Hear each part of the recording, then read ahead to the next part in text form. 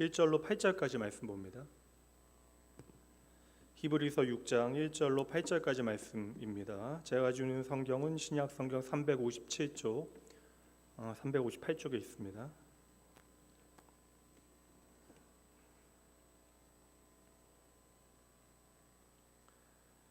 그러므로 우리가 그리스도의 도의 초보를 버리고 죽은 행실을 회개함과 하나님에 대한 신앙과 세례들과 안수와 죽은 자의 부활과 영원한 심판에 관한 교훈의 터를 다시 닦지 말고 완전한 대로 나아갈지니라. 하나님께서 허락하시면 우리가 이것을 하리라. 한번 빛을 받고 하늘의 은사를 맛보고 성령에 참여한 바가 되고 하나님의 선한 말씀과 내세의 능력을 맛보고도 타락한 자들은 다시 새롭게 하여 회개하게 할 수 없나니 이는 그들이 하나님의 아들을 다시 십자가에 못 박아 드러내놓고 욕되게 함이라. 땅이 그 위에 자주 내리는 비를 흡수하여 밭가는 자들이 쓰기에 합당한 채소를 내면 하나님께 복을 받고 만일 가시와 엉겅퀴를 내면 버림을 당하고 저주함에 가까워 그 마지막은 불사름이 되리라. 아멘.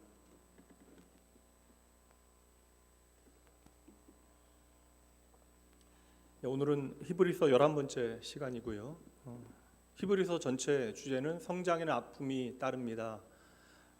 믿음의 성장통에 대한 말씀이요. 특별히 예수 믿고 한없이 좋았던 예루살렘 초대교회가 이제 흩어지게 되어지고 교회는 이제 핍박기 고난의 시간을 이제 앞에 두고 있는데 이 고난의 시간이 그저 고난으로 끝나는 것이 아니라 우리를 믿음 안에 성장하게 하는 성장통이 되어진다. 그래서 아예 히브리서 말씀을 준비할 때는 growing pain, 성장통이라고 하는 주제를 가지고 이번 전체 말씀을 강론하는 주제로 생각해 봤고요.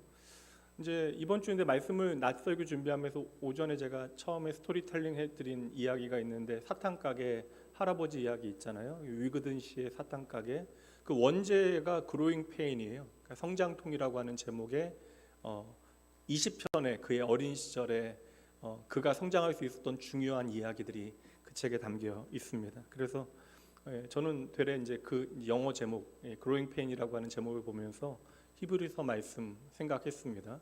오전에는 뭐 말씀드릴 필요가 없으니까 오후 예배 안 나오시는 분들인데 얘기해봤자 히브리서 말씀 나누는 것도 모르는 분들이 대부분이실 텐데 그래서 얘기 안 했고요. 저 개인적으로는 이제 그 책의 제목이 성장통이라 나름 좀 재미있다라는 생각해 봤습니다. 오늘 말씀의 제목도 함께 읽어보도록 할까요? 함께 읽어봅니다. 완전한 대로 나아가는 방법이라고 하는 제목으로 말씀 함께 나누도록 하죠.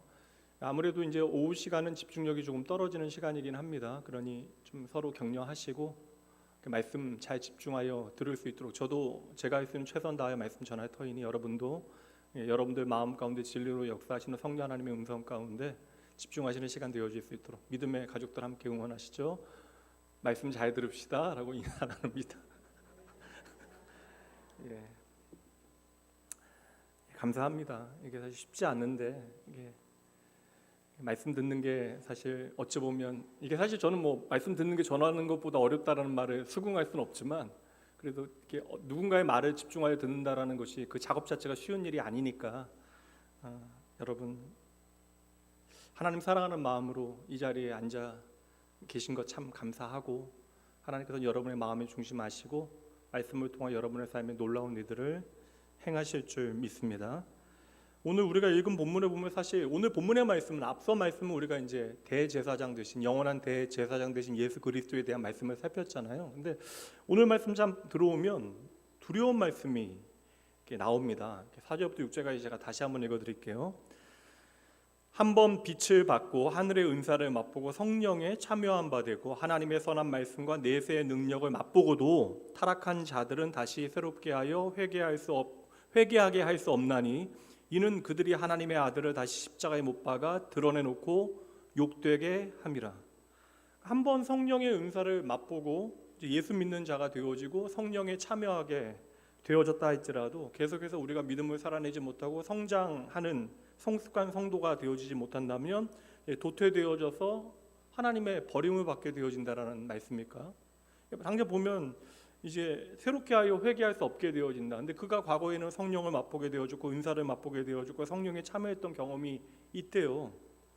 그러니까 하나님의 선한 말씀과 내세의 능력을 맛보고도 타락하여 새롭게 되어질 수 없고 회개할 수 없다. 이런 말씀 보면 좀 당황하게 되어지죠.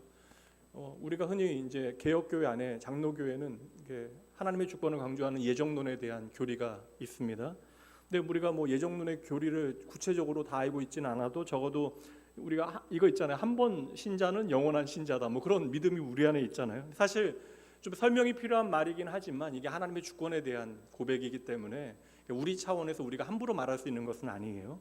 그러나 설명이 필요하지만 뭐 결론으로 이야기하면 틀린 말은 절대 아닙니다. 그런데 오늘 본문과 같은 말씀을 우리가 좀 읽게 되어지면, 이런 말씀을 만나게 되어지면 이 말씀이 상당히 좀 우리에게는 난해하고 당혹스럽게 우리를 몰아가는 말씀이 되어집니다. 저도 사실 히브리서 말씀 이렇게 보면서 예정론이라고 하는 이제 교리를 이제 생각하면서 본문의 말씀이 저에게 좀 걸림돌이 되어졌던 때가 있어요. 그래서 그 당시에 제가 뭐 우리 교수님에게, 신학 교수님 주성준 교수님이라는 교수님에게 질문을 했던 경험이 있는데, 이제 얘기는 해주셨는데 이게 틀린 얘기는 아닌데 제 마음을 그렇게 좀 시원케, 그러니까 지금 들으면 시원케 하실 좋은 답변이었는데 당시에 저에게는 그 교수님의 답변도 제 마음을 시원케 하지는 못했던 것 같아요. 이제는 이제 말씀을 이제 강론해야 되는 입장에 서다 보니까 이제 오늘 본문의 말씀에 대한 이제 답을 나름 찾았습니다. 왜냐하면 이 본문의 말씀은요, 우리에게 예정에 대한 교리를 가르쳐 주기 위하여 이 말씀이 여기에 기록되어져 있는 말씀이 절대 아니에요. 그러니까 다시 말하면 예정의 교리를 우리로 하여금 살피게 하기 위하여 오늘 여기에 이러한 내용들이 들어가 있는 것이 아니라는 것입니다. 그래서 오늘 본문의 말씀을 살필 때에도 제가 이제 여러분들에게 풀어서 설명할 때에도 그 예정에 대한 단어가 나온다 할지라도 구체적으로 그것을 이제 설명하진 않겠어요. 왜냐하면 의도가 그게 아니니까. 오늘 히브리서가 기록된 목적이 그 예정의 교리가 무엇인가를 우리에게 밝히는 것이 목적이 아니니까요. 그 부분은 따로 구체적으로 설명하지 않겠습니다. 그리고 여러분 말씀 읽다 보면 이게 포기하지 않고 끝까지 말씀을 제대로 통독하기 위해서는 좀 궁금한 것, 그런데 충분히 여러분들 마음 가운데 풀리지 않는 것들은요, 그냥 말씀의 흐름에 큰 지장이 없으면 그냥 넘어가는 것도 지혜입니다. 그러니까 전체적인 흐름에 관련이 적은데 거기에 너무나 몰두하게 되어지면 이게 여러분 말씀 읽는데도 방해가 되어지고, 때로는 엉뚱한 곳 가서 말씀이 우리에게 보이고자 하는 가장 중요한 걸 놓치고 엉뚱한 곳 가서 헤매게 되어집니다. 때로는 물론 뭐 헤매면서 길을 배우는 것도 도움이 되긴 하지만 일부러 뭐 구태여 그럴 필요는 없는 것 같고요. 이제 말씀 보도록 할게요. 오늘 본문의 말씀이요, 1절 말씀 보면 그러므로라고 시작이 되어집니다. 그러므로라고 하는 단어 자체는 접속사예요. 정확하게는 접속부사인데 첫 단어가 그러므로라고 하는 단어로 시작되는 것은 여러분 쉽게 질문 드릴게요. 5장하고 6장이 지금 연결된다라는 얘기예요? 아니면 끊어져 있다라는 얘기예요? 연결되어져 있다라는 거예요. 그러니까 지금 새로운 장이 펼쳐지긴 하지만, 그러니까 새로운 주제가 다루어지긴 하지만 이제 5장의 말씀과 연결되어지는 내용이 이제 6장의 내용입니다.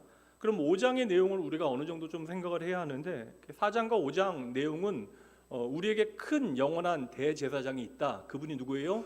예수 그리스도이시다. 그리고 어떻게 예수 그리스도께서 우리의 영원한 큰 대제사장이 되시는가에 대한 설명이 나와요. 그래서 4장에는 우리에게 큰 대제사장이 예수 그리스도이시다.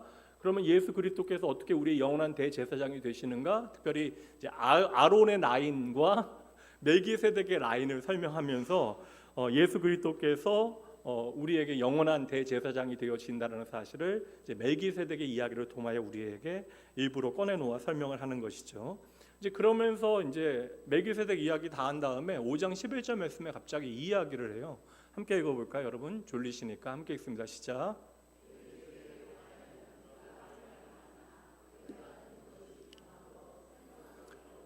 이거 사실 1세기 그노시스라고 해서 1세기부터 영지주의자들은요, 우리만 아는 특별한 영적인 지식이 있다라고 하는 이야기를 해서 영적 우월감들을 교회 안에 표현했는데, 이게 사실 교회 안에서 많은 문제를 이제 발생하게 되어집니다. 이게 교회 순성을 이제 제대로 지키기 위해 정경화 과정 가운데 이제 영지주의에 그랬던 것들을 다 이제 성경을 통해 밝혀내게 되어졌지만, 그 전에는 교회 안에 많은 혼란과 문제를 일으키게 되어졌는데, 이러한 흐름은 오늘날도 있어요.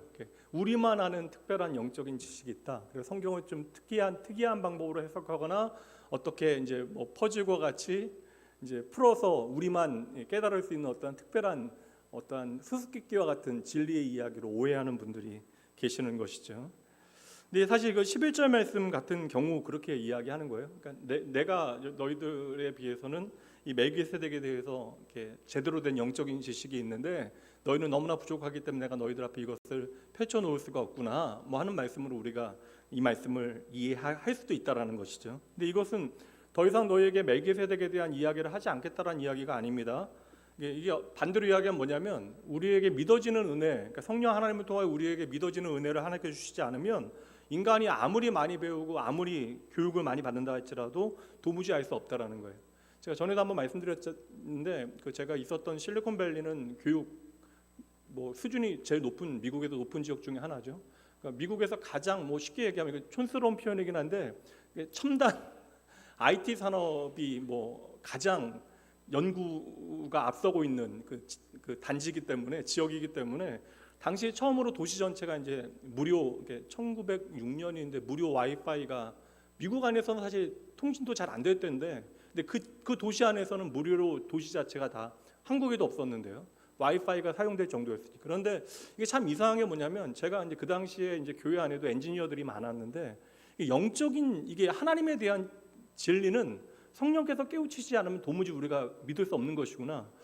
이게 그들의 어떠한 배경이나 지식들이 되레 신기한 것들을 이제 좀 집중하게 만들고 심지어 당시에 베리칩이나 그런 것들 때문에 요한계시록을 그릇되게 해석하거나 시한부 종말론에 대한 이야기들을 했을 때에 상당히 많은 이제 고학력의 엔지니어들이 이제 사실 그곳에 잘못되게 발을 들여놓게 되어진 경우들이 있었어요. 그래서 사실 이게 우리 영혼에 대한 진리는 우리 지식을 통해 인간의 경험을 통해 얻을 수 있는 것이 아니라 하나님의 믿어지게 하시는 은혜, 그러니까 성령 하나님을 통해 우리를 깨우치시는 은혜가 있어야 우리가 그 예수 그리스도의 그 십자가의 진리를 오늘 나의 구원의 진리로 우리는 붙들게 되어진다. 이게 사실 11절 말씀의 핵심이 되어지는 것이죠. 그러니까 나는 아는데 너는 모르는 진리가 있다라는 개념이 아니라 하나님께서 친히 성령 하나님을 통하여 믿어지는 은혜를 우리에게 주셔야 우리는 예수 그리스도에 대한 참된 진리를 알 수 있게 되어진다라는 거예요. 그래서 십자가에 담겨져 있는 그 구원의 진리, 하나님의 그런 구속의 역사의 완성이 되어지는 모든 과정은 구약으로부터 신약에 이르기까지 하나님께서 담아놓으신 모든 구속사의 완성의 이야기는 막연히 여러분 교회 다니는 시간이 오래되면 오래될수록 우리 안에 이해되어지고 깨달아지는 것이 결코 아니다. 그래서 특별히 이제 예수 그리스도의 그 십자가의 의미가 언제 제자들이 온전히 이해하게 되어져요? 주의 말씀을 붙들고 예루살렘에서 함께 모여 기도할 때에 이제 오순절 때에 성령 하나님께서 강림하게 되시고 성령의 도우심을 통하여 그들이 예수 그리스도의 십자가의 진리가 무엇인지를 온전히 깨닫게 되어졌던 것이죠. 그래서 지난주에는 제가 성화에 대한 교리를 이제 그 십자가의 진리와 연결지어서 설명을 드렸어요. 성화에 대한 이야기는 오늘 낯설교로 이야기하면 거룩에 대한 이야기입니다. 한마디로 이야기하면 거룩은 우리가 추구해서 얻을 수 있는 것이 아니다. 물론 우리가 열심히 힘써 하나님의 거룩에 합당한 삶을 살아가기 위해서 애를 써야 하지만 거룩은 누구 안에서만 가능한 것이에요? 예수 그리스도 안에서만 가능한 것이다. 그래서 오늘 오전 말씀처럼 예수님께서는 율법이 정해놓은 모든 거룩의 거리를 깨뜨리시고 그 벽을 무너뜨리시고 그곳에 길을 내시고 친히 우리의 가장 가까이 다가오셔서 예수로 말미암아 우리가 하나님께로 나아갈 수 있는 거룩의 길을 열어 놓으신 것이죠. 그게 바로 십자가의 사건입니다. 지금 히브리서를 읽고 있는 사람들은 쉽게 하면 제목 그대로 히브리 사람들이에요. 구약에 대해서 정통할 사람들 상당히 많이 있습니다.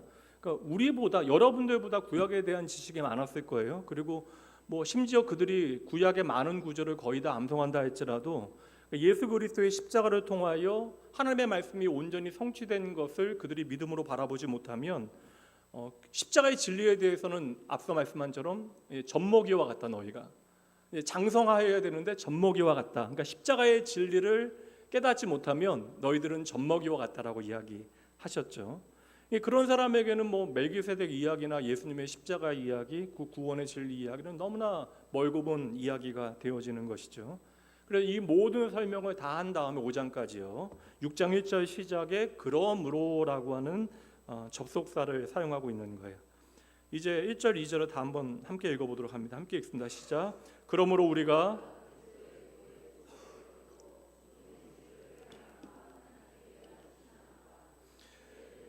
안수와 죽은 자의 부활과 영원한 심판에 관한 교훈의 터를 다시 닦지 말고 완전한 대로 나아가야 할지니라. 아멘. 가장 중요한 단어는 완전한 대로 너희가 나아가야 한다라고 하는 2절의 마지막 표현이긴 한데, 우선 1절 말씀 보여주실까요? 1절. 여기 보면 그리스도의 도의 초보라고 하는 단어가 있는데, 여기 그리스도의 도의 초보라고 하는 단어가 5장 말씀에서도 이제 쉽게 말하면 패러프레이징인데 좀 다른 표현으로 똑같이 사용되는 표현이 나와요. 그래서 이게 그리스도의 도의 초보라고 하는 말과 같은 개념이 5장 말씀에 있는데, 5장 12절 말씀 보도록 할게요. 5장 12절 말씀 읽을 테니까 여러분들께서 이 그리스도의 도의 초보에 이렇게 딱 맞는 단어가 표현이 어떤 표현인가 한번 찾아내시면 됩니다. 어렵진 않습니다. 때가 오래되었으므로 너희가 마땅히 선생이 되었을 터인데, 너희가 다시 하나님의 말씀의 초보에 대하여 누구에게서 가르침을 받아야 할 처지이니 단단한 음식을 못 먹고 젖이나 먹어야 할 자가 되었도다. 어떤 그리스도의 도의 초보라고 하는 단어와 매칭되어지는 같은 개념의 단어가 여기 있어요. 어떠한 단어입니까? 하나님의 말씀의 초보.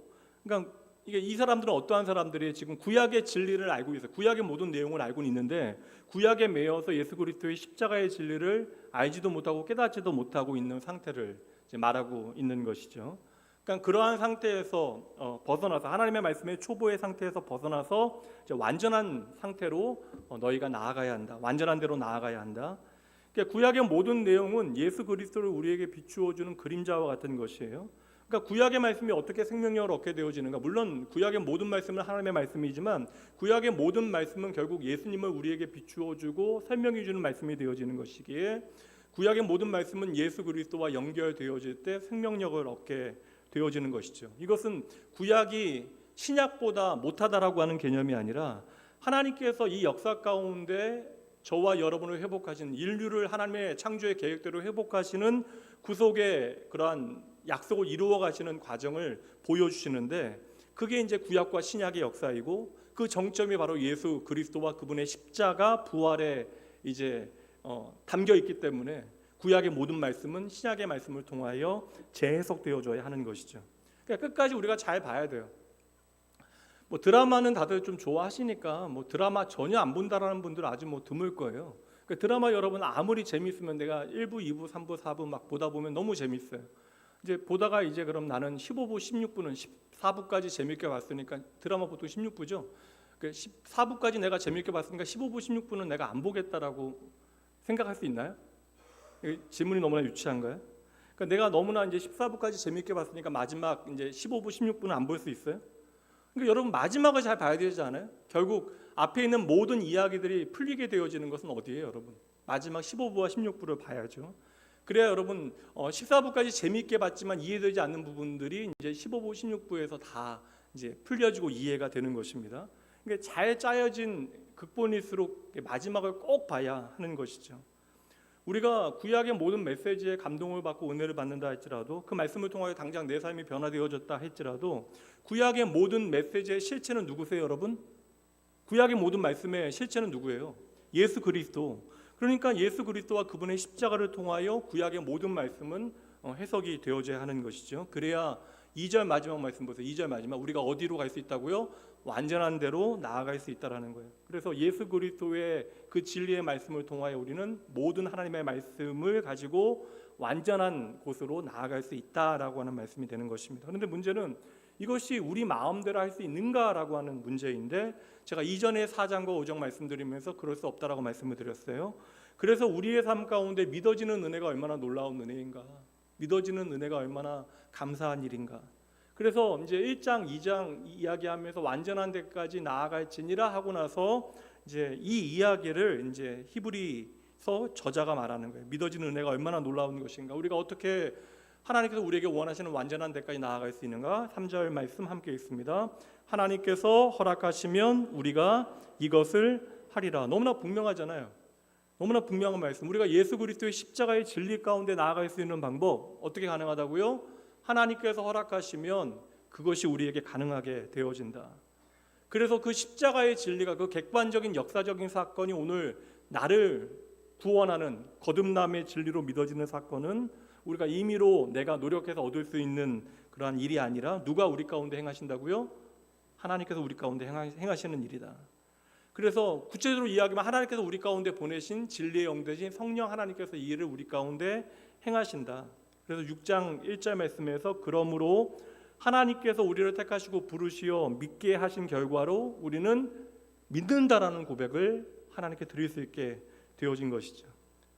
계속 말씀드리잖아요. 그래서 십자가의 진리는 우리가 공부한다라고, 우리가 예수 그리스도를 십자가를 통해 만나게 되어지면 그때로부터 열심히 공부하면 그 십자가의 깊이를 우리가 이해하게는 되어져. 그러나 십자가의 진리가 나를 살리는 하나님의 놀라운 구원의 성취라고 하는 사실, 구원의 약속과 그 성취라고 하는 사실을 성령 하나님을 통하여 우리가 깨닫지 않으면 결코 우리가 이 진리를 나의 것으로 얻을 수 없다라는 것이죠.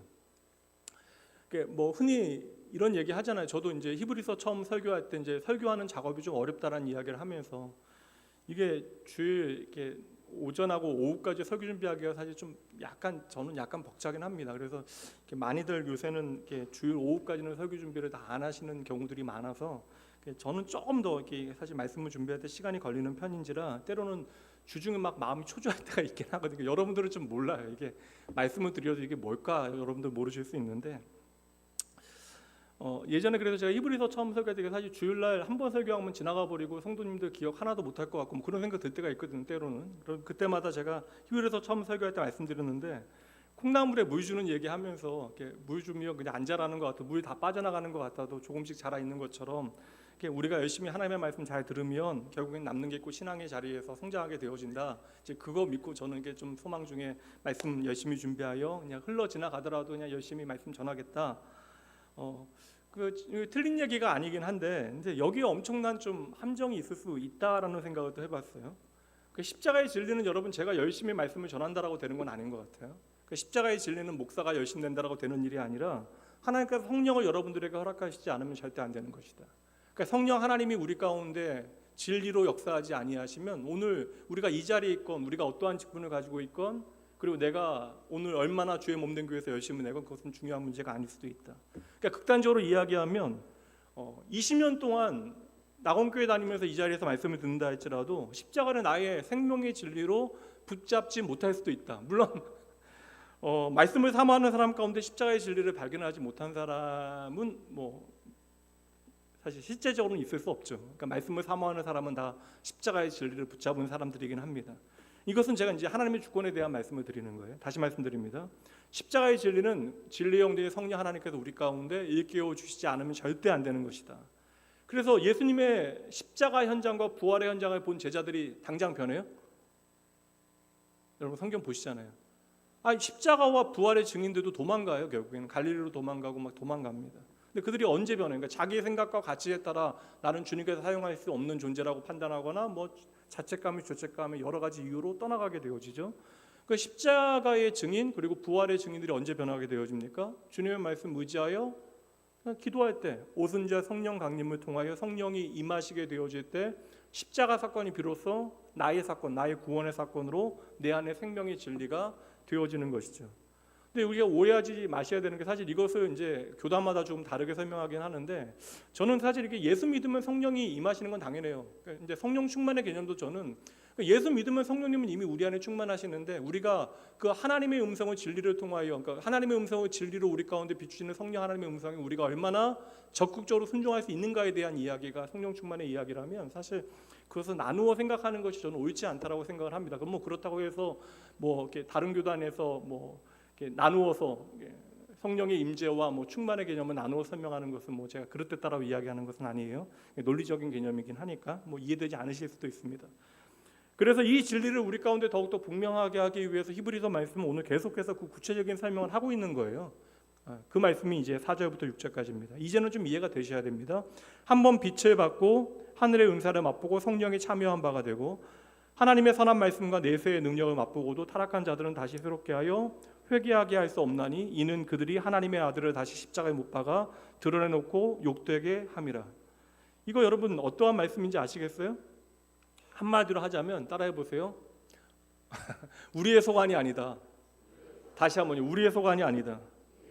여러분 우리가 십자가의 진리를 깨닫게 되어지는 것은 하나님의 주권적인 선택과 하나님의 섭리 가운데 예정하신 문제가 되어지는 것이지 하나님의 선택의 문제이지 우리의 소관이 아니라는 거예요. 우리가 열심 내서 하나님의 십자가의 진리를, 예수 그리스도의 십자가의 진리를 우리가 깨닫게 되어지는 것이 아닙니다. 그러니 우리가 교회 안에 들어와서 뭐 성령의 은사를 맛보았다 이야기하고 그 증거를 나타내고 말씀의 능력과 심지어 그 말씀을 내가 친히 맛보게 되어지고 내가 경험하고 안다라고 이야기한다 할지라도 그것이 나로 하여금 십자가의 진리를 붙들게 하는 것이 아니라 우리는 어느새 나도 모르게 세상 가운데 다시 돌아가 회개하지 못한 자리에 머물고 있을 수도 있다라는 것이죠. 그리고 실제적으로 그러한 일들을 보게 되어질 때마다 우리는 당혹하게 되어지잖아요. 근데 그게 다 우리의 차원에서 이야기하는 거예요. 그러니까 우리가 경험한 것, 우리가 본 것, 그들이 행한 것들을 보고 이 사람은 당연히 구원받은 하나님의 백성인 것 같은데 왜 이렇게 그릇된 자리에서 머물고 있지? 방황하는 시간인가? 언젠가 하나님 앞에 돌이킴의 시간이 있을까? 근데 그 모든 것들은 하나님의 주권에 달려있는 것이죠. 우리의 판단과 그들의 행함에 달려있는 것이 아니라는 거예요.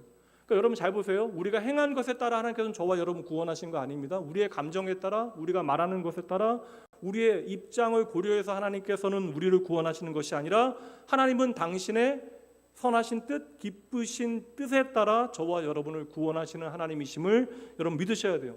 세상에 어떠한 종교에도 없는 중요한 구원에 대한 진리입니다. 그리고 누군가를 구원할 것인가 구원하지 않을 것인가는 누구의 뜻에 달려있는 거예요? 하나님의 뜻에 달려있는 거예요. 하나님의 주권적인 섭리에 달려있는 것입니다. 단 우리가 기대하는 건 뭐예요? 말씀을 통해서 보여주시는 우리를 향한 하나님의 마음, 하나님의 미쁘심과 하나님의 신실하심을 믿는 것이죠. 그리고 위로받는 거예요. 성경에 등장하는 많은 사람들, 이제 아브라함 이야기가 새벽에 끝나고 있는데 아브라함의 인생에 그 많은 요동치는 시간들, 그 말도 안 되는 시간들 가운데 하나님 끝까지 그를 부르시고 그를 책임지시잖아요. 하나님의 부르심에 합당하게 하나님께서 만들어 가시잖아요. 그러니 그 미쁘신 하나님, 신실하신 하나님을 믿고 오늘도 죄인된 나를 긍휼히 여기신 하나님, 그래서 이 은혜의 자리에 나를 머물게 하신 하나님을 믿고 우리는 나를 구원하신 하나님을 신뢰하게 되어지는 것이죠. 근데 이제 저도 이제 마찬가지인데 목사님 저도 종종 헷갈려요. 하나님의 주권을 하나님의 선택이라고 우리가 말은 하지만 실상 사람들의 삶의 형편을 바라보게 되어지면 하나님의 선택의 의미와 깊이를 좀 도무지 좀 헤아릴 수 없다라고 하는 생각을 하게 되어지는 순간들이 많아요. 그래서 이게 흔들리게 되어질 때마다 제 마음이 교회 안에서 이제 구체적인 성도의 삶을, 제가 말씀만 연구하는 신학자가 아니라 성도의 삶을 말씀을 통하여 비추어내야 하는, 적용해야 되는 자리에 있다 보니까 이게 참으로 제 마음을 이제 고달프게 하는 순간들이 있거든요. 그래서 나도 모르게 하나님의 선택에 대하여 어떠한 불만을 저도 모르게 이제 여러분들 모르게 토해내는 순간들이 있습니다.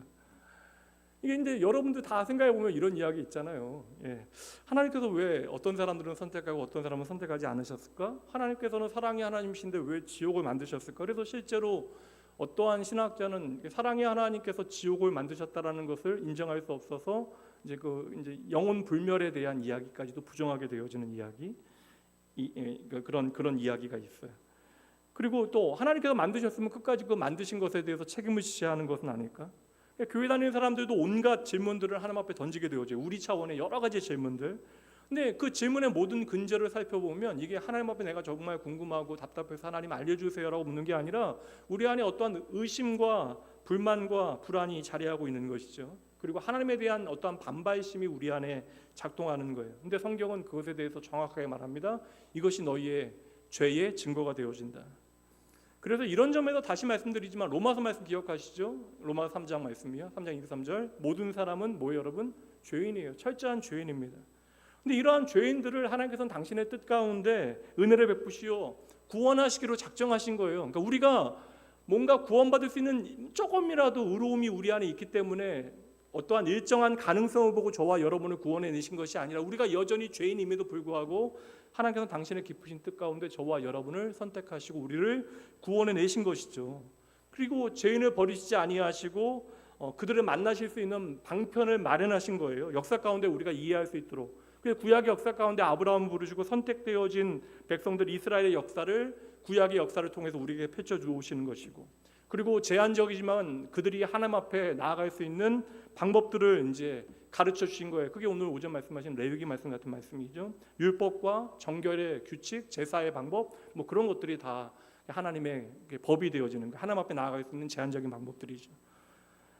그러니까 죄의 사슬에 매여서 죽음이 확정되어진 인생들을 구원하시어 하나님의 백성들을 이제 불러내시고 땅을 주시고 친히 다스리시면서 선택하신 당신의 백성들에게 이제 언약이라고 하는 것을 주시는 거예요. 사실 제일 중요한 건 법이 아니라 이 언약인데, 문제는 이 하나님의 언약에 이제 흡족한 자가 아무도 없다라는 거예요. 그래서 이스라엘 구약의 역사는 다 처음부터 끝까지 실패의 역사입니다. 그러니까 다 실패해요. 이스라엘 백성들이 다 실패합니다. 근데 하나님의 언약은 실패하지 않죠. 이게 성경의 이제 이야기예요. 이스라엘은 실패하지만 하나님의 언약은 실패하지 않는다라는 것이 구약의 기록입니다. 여기에 바로 하나님의 선택이 있는 거예요. 하나님의 약속을 지키시기 위하여 하나님께서는 하나님의 사람들을 선택하시고 하나님의 그러한 언약을 이어가시는 것입니다. 처음에도 제가 말씀드렸다시피 예정의 차원이라고 하는 것을 많은 사람들이 어떤 숙명의 차원으로 이야기해요. 예수 믿는 사람들이 결과를 보고 이야기해요. 이제 이렇게 했으니까 하나님께서 이걸 예정하신 것이다. 근데 이거 사실 이러한 차원으로 우리가 성경의 예정의 교리를 우리가 이해하는 것이 아니거든요. 숙명이나 운명의 차원으로 우리가 이 예정의 교리를 다루고 있는 것이 아니라는 거예요. 세상의 모든 일이 정해져 있다라는 거, 그래서 결론을 보고 이게 하나님의 뜻이었구나 하는 것이 아니라 이 예정의 교리의 핵심은 이거 5절 말씀과도 연결되는 건데 한번 따라해 보세요. 하나님께서 책임지신다. 다시 한번요. 하나님께서 책임지신다. 그러니까 우리가 생각하기에 좋은 결과이건 나쁜 결과이건 이 모든 것을 하나님께서 책임지신다. 저는 하나님의 예정의 교리를 그냥 이렇게 정리했어요. 그러니까 제 안에서는 이 예정의 교리를 신학적인 차원이 아니라 저의 삶의 차원으로 말씀을 가져왔을 때에 이 말씀은 예정의 교리는 하나님께서 끝까지 책임지신다. 하나님은 여전히 내 삶에 신실하시다라고 하는 진리로 정리를 한 것입니다. 그 예정이라고 하는 것은 결국 그래서 하나님의 주권을 우리가 얼마나 신뢰할 수 있는가, 내 삶을 얼마나 하나님 앞에 온전히 맡겨드릴 수 있는가, 내가 오늘 얼마나 하나님을 믿어드릴 수 있는가. 그러니까 벌어진 일의 결과를 보고 우리가 판단하는 것이 아니라 벌어진 결과가 도무지 하나님의 역사의 흔적이라고 보지 못하는 그 순간에도 우리는 여전히 하나님을 신뢰할 수 있는가. 그래서 예정이라고 하는 것은 이럴 줄 알았다라고 하는 결과에 대한 이야기가 아니라 여러분 믿으셔야 돼요. 우리의 삶의 모든 실패조차도 바꾸시는 하나님의 은혜의 이야기, 그 생명의 이야기가 바로 예정입니다. 그리고 우리의 죽음의 이야기조차도 소망이 되게 하시는 분이 하나님이심을 여러분 잊지 마셔야 하는 것이에요. 그 예정에 대한 이야기를 이야기하자라고 하면 끝이 없으니까, 그리고 제가 오늘 이거 얘기 안 하겠다라고 마음 먹었으니까, 신약 성경에서 이 예정에 대한 개념은 그래서 하나님의 주권에 대한 이야기가 되어지는 것이고, 바울 서신에서 에베소서 말씀해 보면 예정에 대한 직접적인 언급이 좀 나오긴 해요. 이것은 한번 좀 보고 넘어가도록 하죠. 에베소 1장 5절 말씀입니다. 함께 읽어봅니다. 그 기쁘신 뜻대로 우리를 예정하사 예수 그리스도로 말미암아 자기의 아들들이 되게 하셨으니, 하나님의 예정의 가장 중요한 핵심은 우리를 하나님의 아들로 삼으시는 거예요. 자녀로 삼으시는 거예요. 그리고 그 뜻은 우리를 향한 기쁘신 뜻입니다. 그러니까 이 여러분 예정의 개념은 어떠한 숙명, 운명에 대한 개념이 아니라 하나님의 은혜의 원리 가운데 우리가 이해해야 하는 신앙 고백이 되는 것인데, 이 5절 말씀을 이해하기 위해서는 이게 문맥을 좀 살피면 도움이 되거든요. 그래서 3절부터 좀 보도록 할게요. 찬송합니다. 하나님 곧 우리 주 예수 그리스도의 아버지께서 그리스도 안에서 하늘에 속한 모든 신령한 복을 우리에게 주시되 곧 창세 전에 그리스도 안에서 우리를 택하사 뭐라고요? 우리로 사랑 안에서 그 앞에 거룩하고 흠이 없게 하시려고, 하나님 앞에 나아갈 수 있도록 하시려고 5절 그 기쁘신 뜻대로 우리를 예정하사 예수 그리스도로 말미암아 자기의 아들들이 되게 하셨으니, 이게 얼마나 멋진 표현이 다 나와요. 6절 이는 그가 사랑하시는 자 안에서 우리에게 거저 주시는 바 그의 은혜의 영광을 찬송하게 하려는 것이라. 우리는 그리스도 안에서 그의 은혜의 풍성함을 따라 그의 피로 말미암아 속량 곧 죄 사함을 받았느니라. 그러니까 예정이라고 하는 개념은 여러분 그냥 우리의 운명이 정해졌다라는 개념이 아니잖아요. 예정이라고 하는 개념은 다름 아닌 은혜, 우리가 도무지 해결할 수 없는 죄의 문제를 해결하시는 하나님의 주권적인 섭리가 바로 예정이 되어지는 것이죠. 구약 성경 내내 인간의 역사는 여러분 실패의 역사예요. 그러니까 이게 여러분 오해하지 마셔야 되는, 내가 예수 믿고 이제 좀 그럴듯한 사람이 되어졌다고 착각하시면 안 됩니다. 그러니까 그러니까 우리가 보다 좀 그리스도인의 어떠한 품격을 가지고 살아가는 것, 그리고 그리스도인의 어떠한 삶의 매너를 배워가고 그 가치를 살아내는 것은 중요한 일이긴 하지만, 우리가 어떠한 모양으로 변화되어졌다고 해서 하나님의 구원의 은혜에 합당한 모습이 되어질 수 없다라는 것이 히브리서의 내용이라는 거예요. 구약의 모든 하나님의 백성들이 만들어낸 이야기들은 실패 이야기들인데, 하나님께서는 당신의 백성들을 선택하시고 그들을 남기셔서 결국에는 이 땅에 누구를 보내세요? 예수 그리스도를 보내셨다. 그래서 구약의 마지막 부분에 가장 중요한 사상이 여러분 남은 자 사상이라고 해서, 정말 그루터기와 같은 남은 자들을 통하여 이 땅에 어떻게 소망되신 예수 그리스도께서 오시게 되시는가에 대한 이야기가, 절대 절망 가운데 소망의 예수 그리스도께서 나타나시는 이야기가 바로 그 마지막 역사와 중간기의 역사거든요. 그래서 성경이 말씀하고 있는 구약의 모든 언약의 실체는 결국 예수 그리스도가 되어지는 것입니다. 그렇게 이야기하면 사실 말씀은 너무나 매끄럽게 풀리게 되어지는 것이죠. 그래서 예수님께서 십자가 지시기 전날 뭐 하세요? 제자들과 함께 식사하시죠. 밥은 물론 먹어야 되긴 하죠. 밥은 먹어야 되긴 하지만 왜 십자가를 지시기 전에 마지막 그 식사하시는 장면이 성경에는 중요하게 다루어지고 있나? 왜 공간복음에 이 말씀이 다 나오고 있나? 왜 예수님께서는 당신의 제자들을 위하여 식탁을 준비하시고 이제 자신을 배신하고 버리게 되어진 그들의 발을 씻기시고 그들에게 왜 먹이시면서 이 식탁의 의미를 밝혀주셨는가? 이 식탁의 의미가 무엇인지 성경은 정확하게 말씀하고 있는데, 사실 이게 뭐 구절이 너무나 많긴 한데 누가복음 9절 보도록 할게요. 누가복음 22장 19절과 20절. 또 떡을 가져 감사하기도 하시고 떼어 그들에게 주시며 이르시되 이것은 너희를 위하여 주는 내 몸이라 너희가 이를 행하여 뭐라고요? 나를 기념하라 하시고 저녁 먹은 후에 잔도 그와 같이 하여 이르시되 이 잔은 내 피로 세우는 뭐라고요? 새 언약이다. 곧 너희를 위하여 붓는 것이다. 이제 예수 그리스도의 그 찢기시는 몸과 흘리시는 피가 무엇을 위한 것인가? 바로 하나님의 언약의 성취로서의 예수님의 죽으심과 부활을 이제 그 식사를 통하여 설명해 주시는 것이고, 그래서 예수를 주로 믿는 모든 사람들은 그 예수의 그런 십자가의 죽음과 부활을 기념하는 그 성찬을 통하여 오늘도 예수 그리스도를 내 삶에 어떠한 분인가를 신앙 고백으로 고백하게 되어지는 것이죠. 그래서 하나님의 모든 언약은 누구 안에서 성취된 것이라고요? 예수 그리스도 안에 성취되어진 것이다. 그래서 고린도후서 5장 17절은 이전과는 전혀 다른 구원에 대한 새로운 차원을 우리에게 말씀해 줍니다. 그런즉 누구든지 그리스도 안에 있으면 in Christ 새로운 피조물이라 이전 것은 지나갔으니 보라 새 것이 되었다. 이건 여러분 구원에 대한 정말 놀라운 진리를 선포하고 있는 거예요. 그러니까 예수 믿어서 이제 우리가 죽지 않고 살아났다. 노예가 아니라 이제는 좀 노예의 자리에서, 죄의 노예의 자리에서 이제 자유인이 되어졌다. 그러니까 예수 믿으면 그냥 구원받는다라는 교리가 아니에요, 여러분. 우리가 예수 그리스도 안에 있으면 우리는 어떠한 존재가 되어진다고요? 새로운 피조물이다. 그러니까 죽은 사람 살려 놓았다라는 정도가 아니라는 거예요. 예수 안에서 우리가 어떠한 존재라고요? 새로운 피조물이다. 하나님의 새로운 창조가 우리 안에 시작되어졌다. 예수 그리스도의 죽으심과 부활을 통해 우리는 새로운 피조물로 창조되어진다.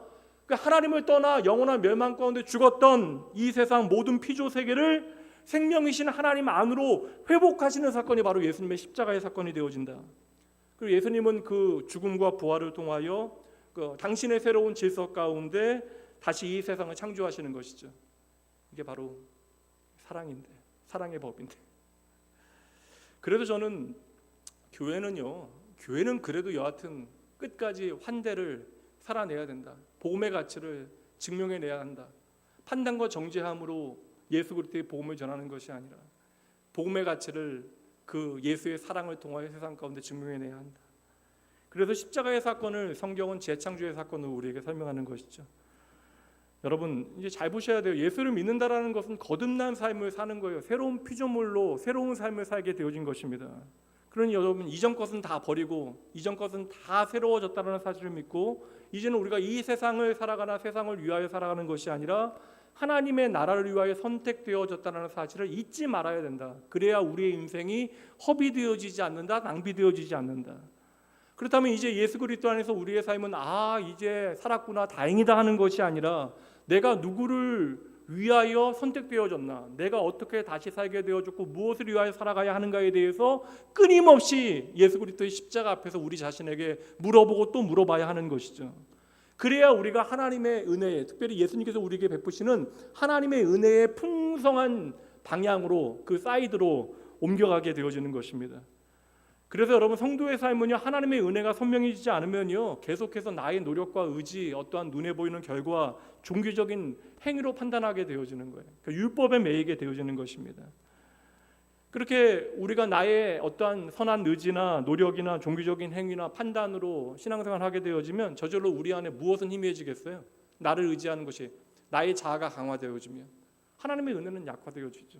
예수 그리스도의 십자가의 은혜는 그만큼 희미해지는 것입니다. 그러니까 믿음의 시력 자체가 떨어지는 거예요. 그 눈앞에 은혜가 흘러가도, 은혜의 강물이 흘러가도 그게 은혜의 강물이라고 하는 사실을 내가 보지 못하는 것이죠. 여기에 바로 여러분, 제가 처음에 말씀드린 예정의 교리가 등장하는 거예요. 나를 새로운 피조물로 만드신 분이 바로 예수 그리스도이시고, 나를 향한 하나님의 선하신 계획과 뜻은 온전히 예수 그리스도 안에 성취되어진다. 이게 예정이에요. 한번 따라해 보세요. 예수님은 실패하지 않으십니다.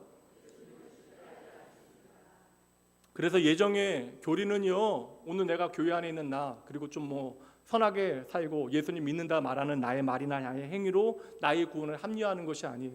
내가 이렇게 오늘 살기 때문에, 여기에 있기 때문에 내가 구원받았다라고 이야기하는 것이 아니라, 그러니까 내가 무엇을 하고 있는 것으로 나의 구원을 확정하는 것이 아니라, 나를 선택하시고 나를 향한 하나님의 뜻이 온전히 내 삶에 이루어진다라는 사실을 예수 그리스도 안에서 우리가 확신하는 것을 우리는 예정의 교리 안에서 말할 수 있게 되어지는 것입니다. 그래서 여러분, 이게 그 개혁교회, 특별히 장로교인들은 하나님의 절대적인 주권을 강조하다 보니까, 사실 저는 장로교 신학이 너무나 잘 맞아요. 그런데 이게 잘못 오해하게 되어지면 예정의 관심사가 내 멋대로 막 살아도 나는 구원받는다라고 하는 오해를 하면 안 된다라는 거예요. 그러니까 하나님의 절대적인 주권을 믿는 사람이 내 멋대로 막 살 수 있을까라는 저는 고민이 있거든요. 이게 가능할까요?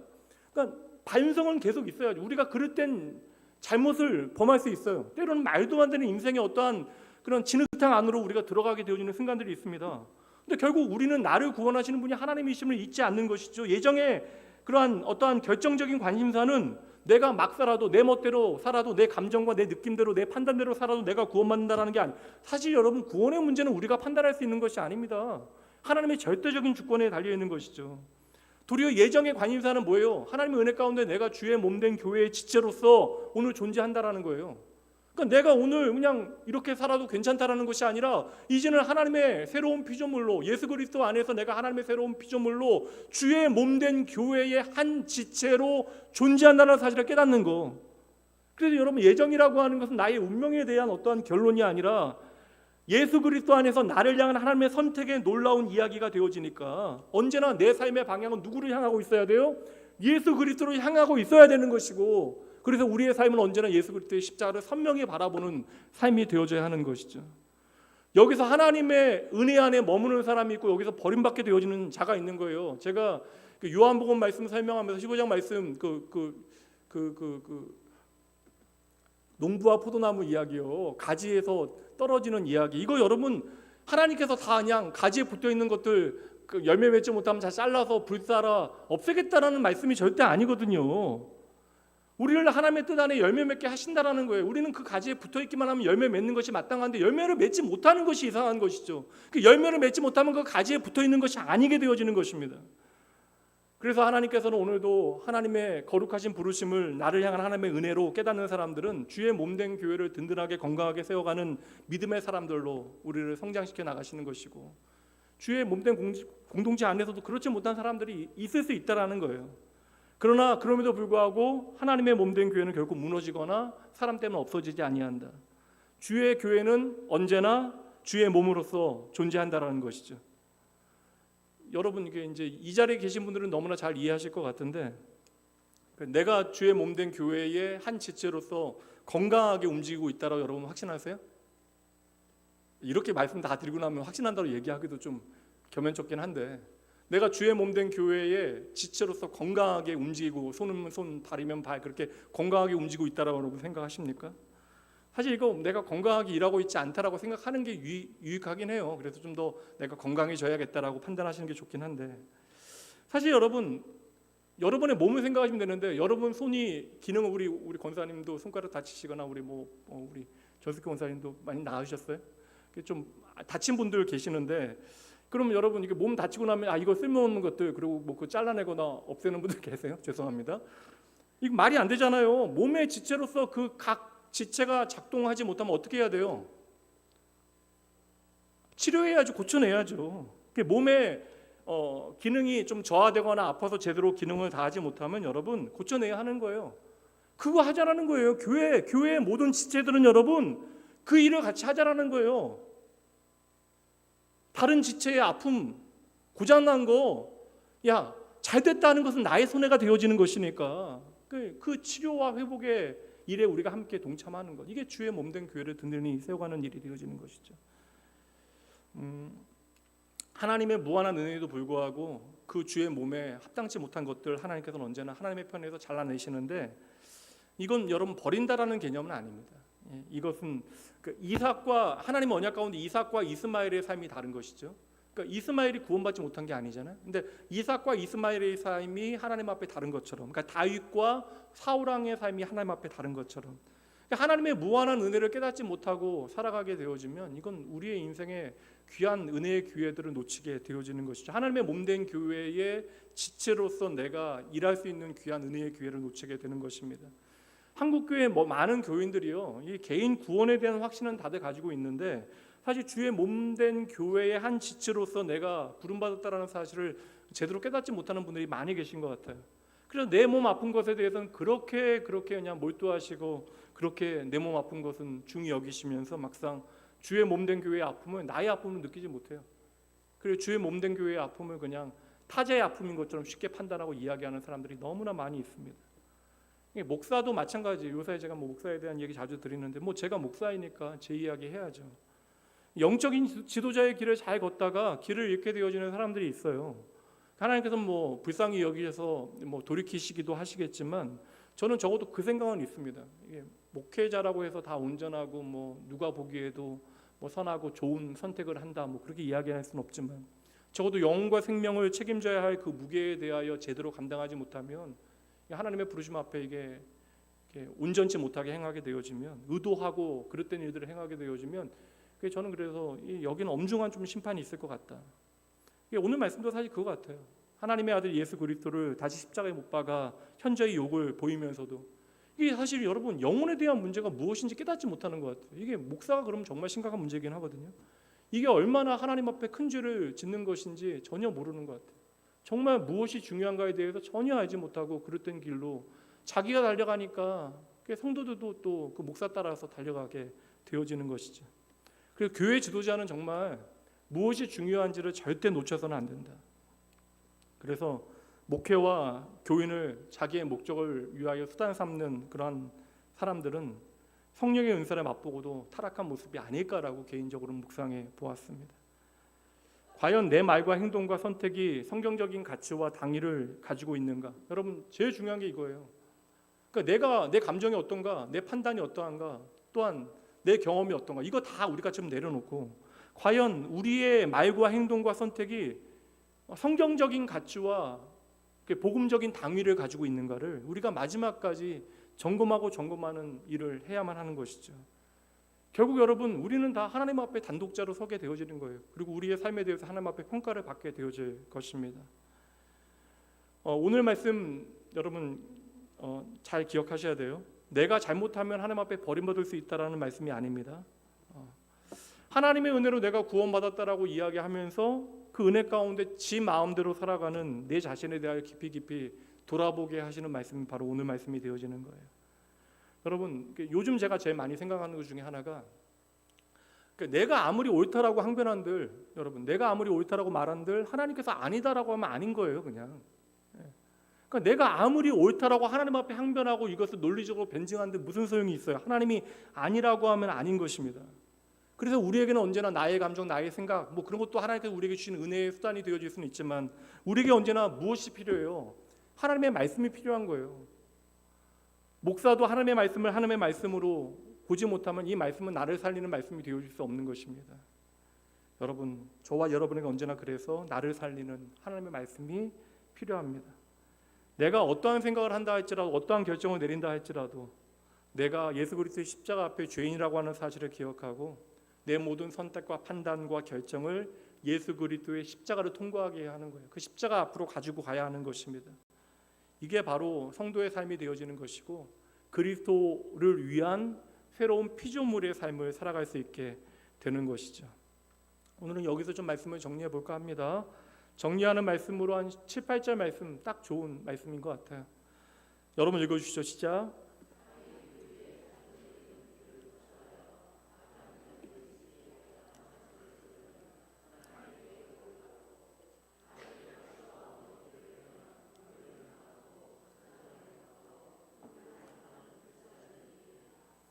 하나님은 오늘도 저와 여러분의 삶에 은혜의 단비를 내리십니다. 이게 중요한 전제예요. 하나님은 오늘도 우리에게 넉넉한 은혜를 부어 주시는데 어떤 사람의 마음의 밭은 그 비에 합당한 채소를 열매를 만들어내고 또 어떤 사람은 뭐라고요? 8절에 보면 가시와 엉겅퀴만을 만들어낸대. 그러니까 은혜의 단비가 내려도 그 마음밭이 하나님 앞에 제대로 이제 기경되어지지 않으면 열매를 맺을 수 없다. 되레 가시와 엉겅퀴만 만들어낸다. 이 가시와 엉겅퀴는 다른 사람들도 상처 입히지만 나를 상처 입히게 되어지는 것이죠. 이 말씀은 그냥 말 그대로 마지막에 8절 말씀에 저주함에 가깝죠. 이거 내가 아무리 나의 수고함을 이게 사실 저는 시간 낭비에 대한 생각하고 나의 인생을 낭비하는 일이다. 아무리 우리가 내가 주님을 위하여 수고하였습니다 이야기한들 마태복음 25장 말씀에 내가 주님을 위하여 모든 일을 했다 한더라도 내가 주님을 위하여 이 모든 일을 했습니다 이야기할지라도 주님께서 이것은 나를 위한 것이 아니다. 내가 너희를 도무지 알지 못한다 말씀하실 수 있다라는 것이죠. 그러니까 우리가 수고함을 아무리 항변한다 할지라도 우리가 한 모든 일들이 쓸모없이 버려지는 인생이 되어질 수도 있다. 그런 의미에서 교회는 무엇을 위하여 오늘 존재하는가? 교회는 결코 인간의 어떠한 침묵을 위하여 존재하는 단체가 아니죠. 교회의 주인은 오직 하나님 한 분이시고요. 우리의 모든 교제는 성도의 교제가 되어져야 하는데 우리의 교제가 성도의 교제가 되어지기 위해서는 그 교제의 중심에 누가 계셔야 돼요? 예수 그리스도가 계셔야 합니다. 그래서 우리의 교제가 예수 그리스도께서 주인 되시는 성도의 교제가 아니면 그건 인간의 침묵이 되어지는 것이고 결국 하나님 없는 만족과 즐거움만이 남게 되어지는 것이죠. 그러니까 언제나 그래서 우리의 모임에 그 생명의 가치가 풍성해지는 환대의 정신이 나누어지는 예수 그리스도의 십자가의 정신이 우리 가운데 있는지를 우리가 점검하고 또 점검해야 하는 것이고 교회 안에 다양한 자리에 있는 리더들과 직분자들은 이것을 결코 놓치지 말아야 하는 것입니다. 그러니까 예수 그리스도의 십자가와 그 십자가의 정신이 그 중심에 있지 않으면 교회는 교회가 아니고요. 교인도 성도가 아닙니다. 요한계시록 말씀 마지막에 보면 이게 앞에 이제 3장 말씀에 보면 이제 교회들에 대한 말씀이나 일곱 교회는 이 땅에 있는 모든 교회를 의미하는 것인데 그 교회들에 대하여 무엇이라고 이야기하냐면 이기는 자들이 교회라고 반복해서 말합니다. 그냥 2장 7절, 11절, 17절, 그다음에 또 26절, 3장 5절, 12절, 21절. 그래서 일곱 교회에 대해서 이야기할 때마다 마지막에 이기는 자들이 교회이다. 그 이기는 자들은 무엇을 이기는 자들이라면 바로 죄악을 이기는 자들이 교회가 되어진다. 죄악이라는 게 뭐예요? 바로 내가 내 주인이 되어지는 것, 내 삶의 주인이 나라고 믿고 살아가는 것이 바로 죄의 본질이죠. 그러니까 자기 십자가를, 그러니까 내가 나를 부인하고 자기 십자가를 지지 못하는 것, 십자가를 붙들지 못하는 것. 그러니까 우리가 십자가를 붙들게 되어질 때만이 죄로부터 자유케 되어지는데 교회의 머리 대신 주님께서 우리의 삶의 주인 되지 못하면 우리는 이기지 못한다는 것이죠. 그래서 아무리 힘들어도 적어도 주의 말씀에 순종하는 교회가 진짜 교회이다. 어려워도 시대가 변해도 하나님의 말씀이 생명이 되는 교회가 진짜 교회이다. 그래서 지난 수요일날 제가 설교할 때 그 베드로의 멋진 신앙 고백 있잖아요. 주는 그리스도시요 살아계신 하나님의 아들이십니다. 이 고백은 우리의 삶의 자리에서 오늘 살아 있어야 된다. 그럴 때 주님의 교회는 늘 이기는 교회가 되어지는 것이죠. 그렇게 신앙 고백이 살아있는 교회는 음부의 권세가 넘보지 못하는 교회. 왜요? 십자가의 주님이 주인 되시는 교회이기 때문에. 여러분 낙원교회가 영원할까요? 아멘 하면 좋겠는데 좀 보니까 역사 가운데 가장 긴 교회가 역사 가운데 200년 좀 넘은 교회가 있긴 합니다. 낙원교회가 영원할까? 그러니까 지역교회로서 낙원교회는 영원하지 않을 가능성이 있습니다. 그러나 주 예수를 향한 신앙 고백 안에 낙원교회 안에 지역교회 낙원교회 안에 하나님의 교회 되어진 저와 여러분은 영원하다는 사실을 여러분 믿으셔야 돼요. 이게 믿음이에요. 여러분 이게 믿음. 예루살렘 교회 이해도 못하고 흩어집니다. 너무나 좋았는데 갑자기 핍박으로 인하여 교회가 흩어지고 교회가 박살나고 성도들 다 이제 디아스포라로 이게 다 흩어지게 되어질 때, 그러나 그때에도 이유도 모르고 흩어지게 되어질 그때에 주님은 여전히 살아계셔서 주의 몸된 교회를 만들어 가시잖아요. 그래서 여러분, 교회는요, 주님을 향한, 예수 그리스도의 십자가를 향한 바른 신앙 고백을 가진 저와 여러분이 바로 주님의 교회임을 기억하셔야 하는 것이죠. 그래서 여러분, 그 주님만으로 만족하는 인생을 여러분 잘 살아내셔야 하는 것이고, 그 구원의 기쁨을 내가 풍성히 누리고 제대로 감사하는 삶이 되어줘야 하는 것입니다. 오늘도 내가 주님만으로 만족하지 못하는 것이 우리의 삶에 다양한 사이드 이펙트로, 부정적인 영향으로 나타날 수 있어요. 그러니까 내 삶에 오늘 주님만으로 만족하지 못한다는 증거는 바로 내 삶에 주님보다 더 귀한 것이 많다라는 증거가 되어지는 것입니다. 그래서 여러분, 신앙생활 좀 즐겁게 하셔야 돼. 행복하게 하셔야 합니다. 예수 그리스도로 내가 오늘 기뻐할 수 있는 이유, 내가 만족할 수 있는 이유, 감사할 수 있는 이유 열심히 찾아내셔야 하는 거예요. 오늘도 나 같은 답 없는 죄인 십자가로 살려내셔서 예수 잘 믿을 수 있도록 끝없이 말씀하시고 내 삶을 인도하시는 은혜 주신 하나님께 마음껏 감사하시며 믿음을 제대로 살아내시는 여러분 되시길, 그 믿음에 대한 고민은 열심히 하시되 그 믿음의 구체적인 이야기를 여러분의 삶에 살아있는 실제적인 이야기로 살아내시는 여러분 되시길 주님의 이름으로 축복합니다. 오늘 신앙 고백으로 이 찬양 드리고 오늘 예배 마치도록 할게요. 305장 찬양하고 마칩니다.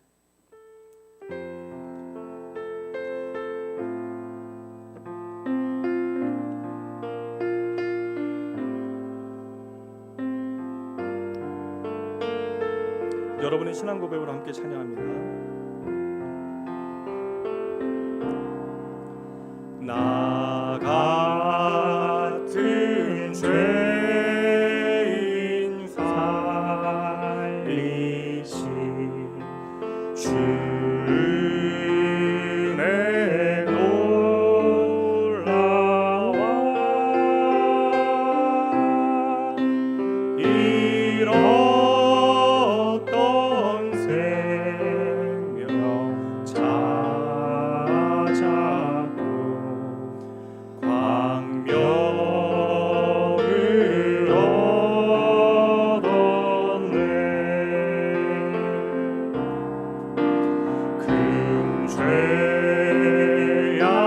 금죄악에서 거치신 주의 고마워. 그래서 우리 잊을 수 없습니다. 나 처음 믿은 그 시간 귀하고 귀하다.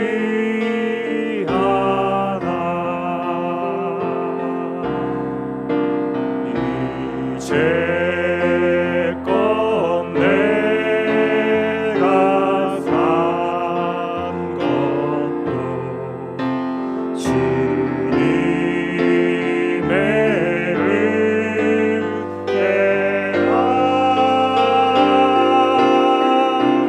또 나를 잡자본 향해 그때까지 인도해 주시리. 우리의 소망은 이것입니다. 거기서 우리 영혼이 거기서 우리 영혼이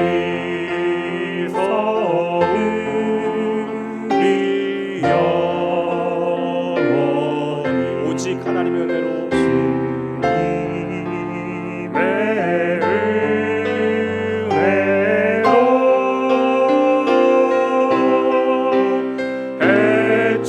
해처럼 밝게 살면서 주 찬양하리라.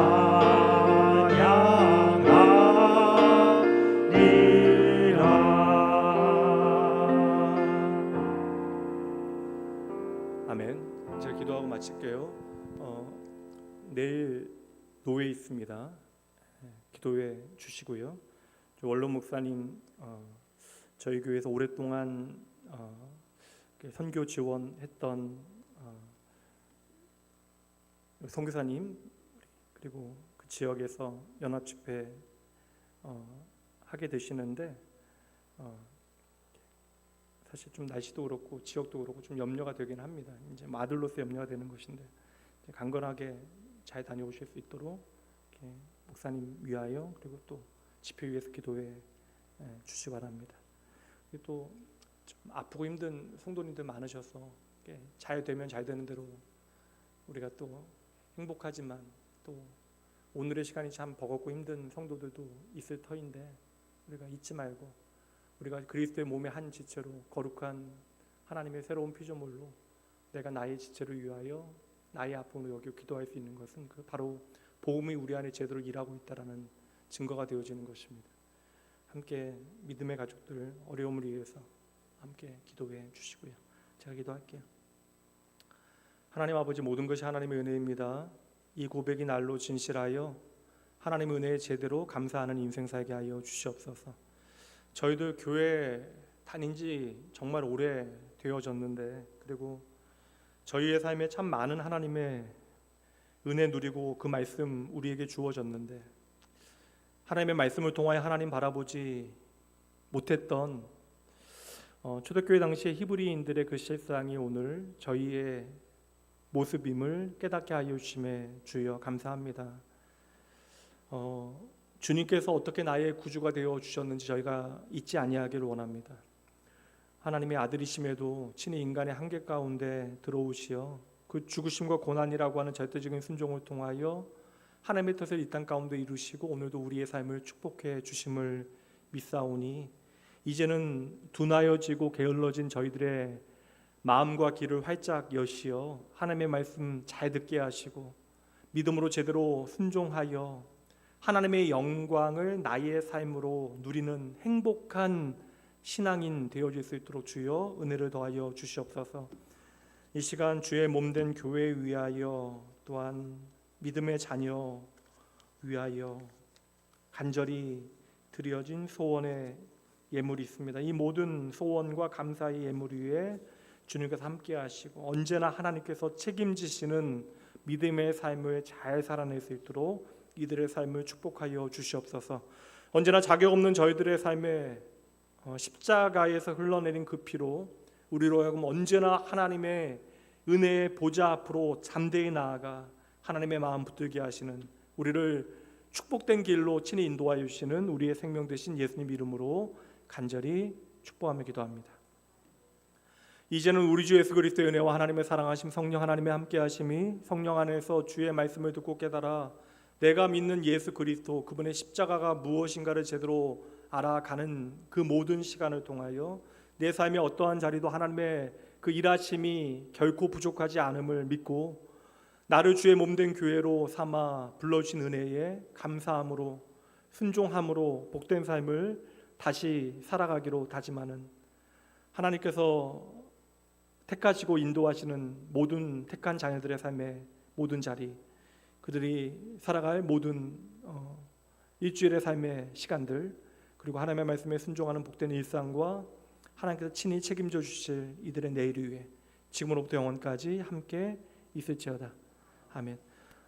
지난주 예배는 창립 기념 예배였어서 오늘은 그냥 구역 예배, 오후 예배로 대체하도록 하겠고요. 구역 모임은 따로 모이지 않도록 하겠습니다. 편안히 돌아가시기 바랍니다. 반복된 실패에서 지쳐갈 때 내 맘의 소망이 눈물 조각 될 때 내 곁에 다가와 부르시네 주님의 시선 나를 비추시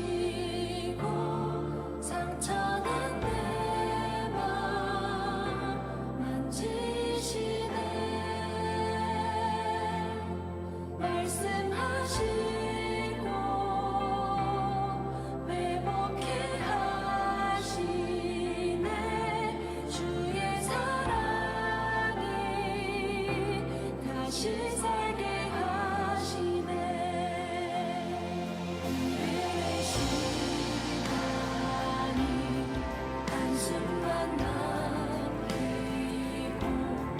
반복된 시대 속 지쳐갈 때 내 맘의 소망이 눈물 조각 될 때 내 곁에 다가와 부르시네 주님의 시선 나를 비추시고 상처난 내 맘 만지시네 말씀하시고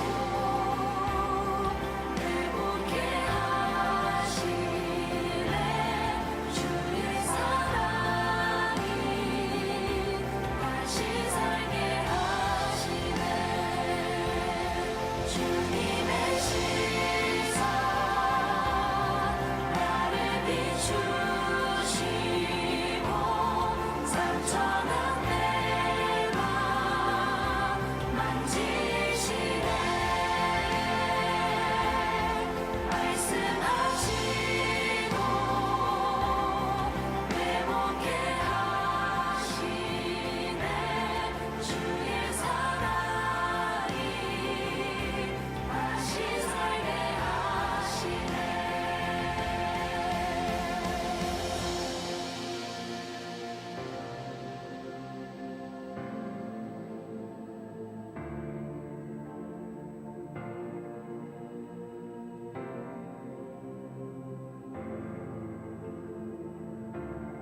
주를 봅니다